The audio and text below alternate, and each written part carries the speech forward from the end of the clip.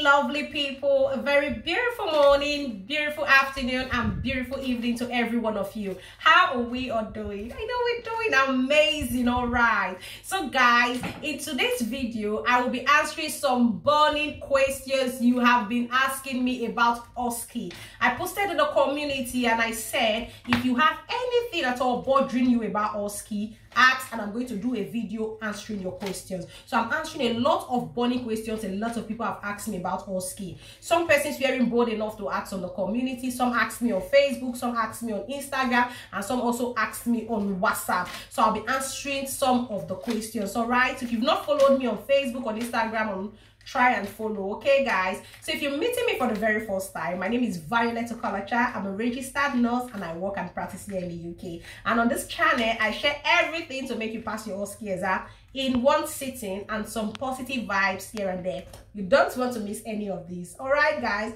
so welcome back. Now, before we get into this video, I got 15 messages in just today. For those who have passed their Oski exam, I'm super excited for you. Welcome to your band 5 role, and like I keep saying, bird on the sky is definitely your limit. So the first question is, if I omit a medication and I write the code by the medication where I'm supposed to sign, I code it, do I still have to come to the back and write it? Now I will answer this question this way. In the old Oski, when you code a medication, you're expected to go to the back and write it. I always tell my students, at every point in time, you must practice safely, because we don't want to leave any evidence of lapses. Now, at the back, he said, omitted dose of medicine, coded 10, order, and delayed doses. So if you code a medication and you are not giving it, come to the back and write that medication to be on the safest side. I hope I've answered that. Secondly, if you are writing the new Oski, am I supposed to sign after giving the medication? Yes. At the front column of the new implementation site, there is a space it writes. There is a space it writes. Darius, can you go back? I'm doing a video. Guys, I really apologize for this. Go back, I'm doing a video, Darius. So there is a space at the front of the chart where it says nurse's name, designation, and signature. You write your name after you have completed, you're giving the patient the medication, the patient has swallowed it, write your name, and your designation is pre-registered nurse, and put your signature or put your initials.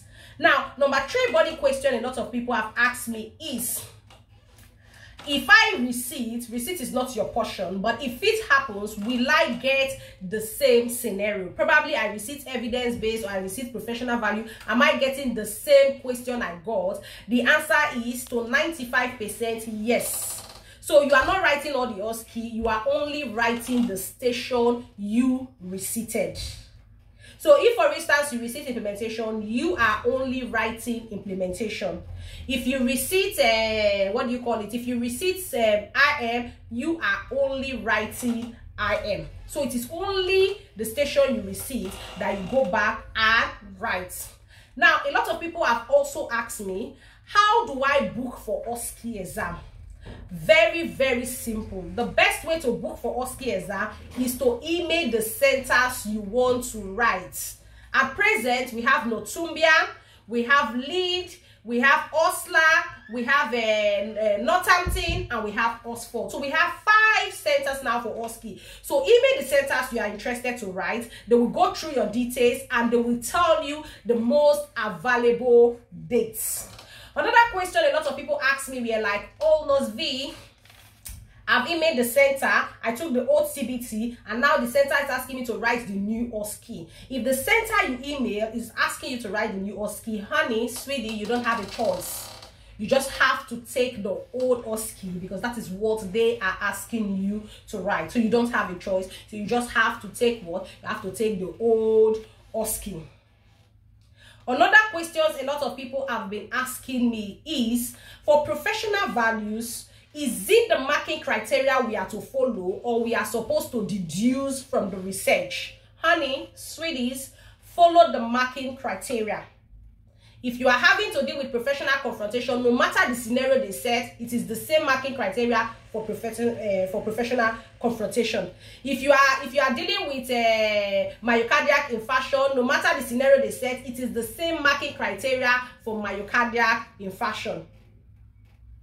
Now, a lot of people have asked me, Nurse Violet, in implementation, how many drugs exactly are we to give? You can't tell how many drugs exactly you are to give. Just follow your implementation chart strictly. Give the medications that are due at your time, except otherwise you are not happy to give, and in which case you have to code it. Now, another person asked me, Nurse Violet, if I do not give medications at all in the implementation, I code all the medications. I code all, even the medication I'm supposed to give. Probably I'm giving 1800. I decide to code all the medication and not to give any medication in implementation station. Will I fail? You will fail woefully, because implementation station is to assess if you are able to give drugs safely.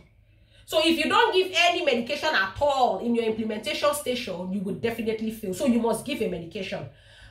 If you are not happy to give other medication, probably then you have to code it. Now, for implementation, another person asked me, what is your best advice to pass implementation? My best advice is, before you give antibiotics in your implementation chart, check your allergy first. Before you give paracetamol on regular medication, check once only and start dose if paracetamol has already been given. So if it has already been given, you have to count the hours, because we know paracetamol is given 4-hourly interval.